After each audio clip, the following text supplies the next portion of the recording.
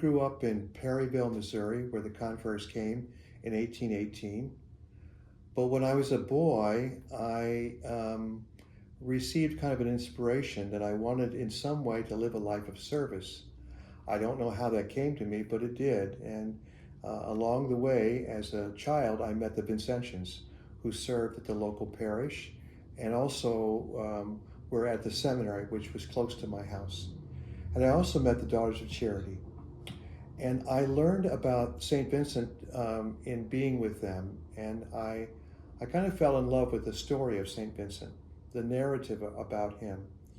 You know, I was captivated by this man who I learned was not perfect at all at the beginning. He kind of lived an ordinary life, and yet he grew into being a man of great charity and holiness.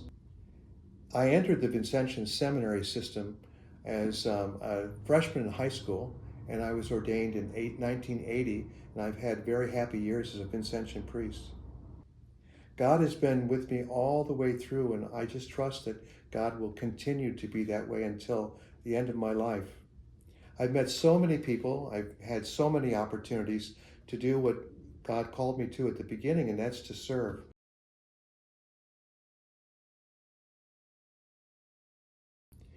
In 2007, I went to Kenya to be a formator, to help form Vincentian priests and religious in the spiritual life, the religious life, in our Vincentian life, to prepare men for ordination and to be brothers. So I went to East Africa thinking I had something to give and I ought to give it and be a good example. But the truth is, I learned more than I ever came to give. And in particular, I always think of a person by the name of Grace. Grace was a great formator for me in my years in Kenya. You know, she was an ordinary mom. She was a mother of 3 kids. She was in her 40s, and her job was to scrub the floors of the seminary where I taught and lived. Grace was a housekeeper, and she did that faithfully every day with a spirit of joy.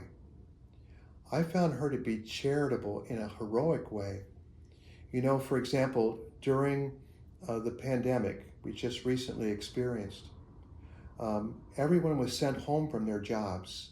Like people here in the U.S., they were in lockdown. The Vincentians continued to pay Grace and our other workers their monthly salary. But Grace didn't just take that and keep that for her own life and her own family.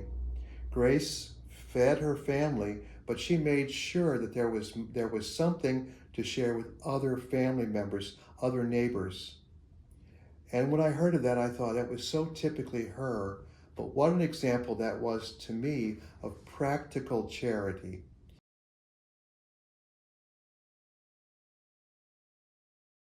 Well, I would encourage them and say, what a great thing that you feel this way. You know, to feel that you might be called to be a Vincentian or priest is a grace itself. God is speaking to you. And I would say, don't cast that away, but hold on to that and listen carefully. Secondly, I would say, dare to share yourself with others. Don't worry about what will happen.